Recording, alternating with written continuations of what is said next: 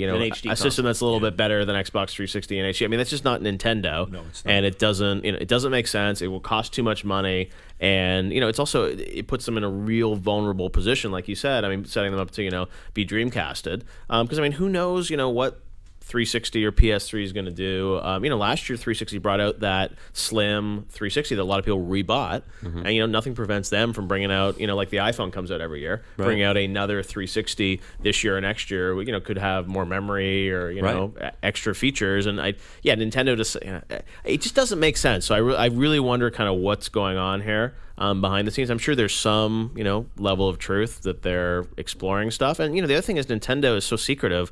For all we know, they may be seeding third parties with a dev kit that's only sort of half the story. Well, yeah, or half the story. It's like, it's like sending out a Revolution dev kit but without the controller. And it's like they may say, like, here's our architecture for the graphics, and we're not going to tell anyone until E3 what the input device or something. Well, that's exactly it. Because if anybody, if you've been working, in-house at any publisher and you've seen the first generation of the dev kits that they send out. So, I was, at Vivendi when, they were the first generation of the PS3 dev kits were sent out.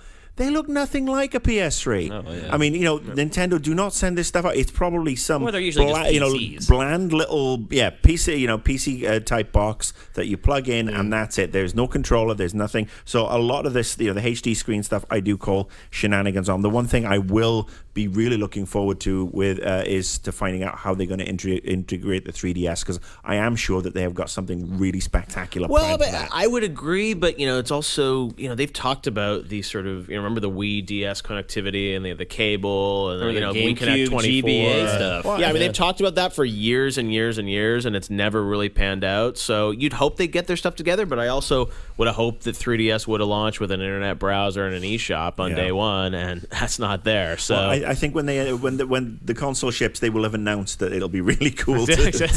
Oh yeah, and that's someday. I think you can at least count on Nintendo, maybe painting a picture of where they're going to go in the future. I was in New York yesterday. I had lunch with Steve Totilo at Kotaku, and he was saying, well, maybe then they're going to bring out the Vitality sensor and sort of scale back the Wii and make the Wii $99, keep that for the mainstream and then make something more for the hardcore. But I don't know. It's a really sort of strange time. I mean, it's exciting because I think a lot of us thought, oh, we're not going to hear much at E3 about anything.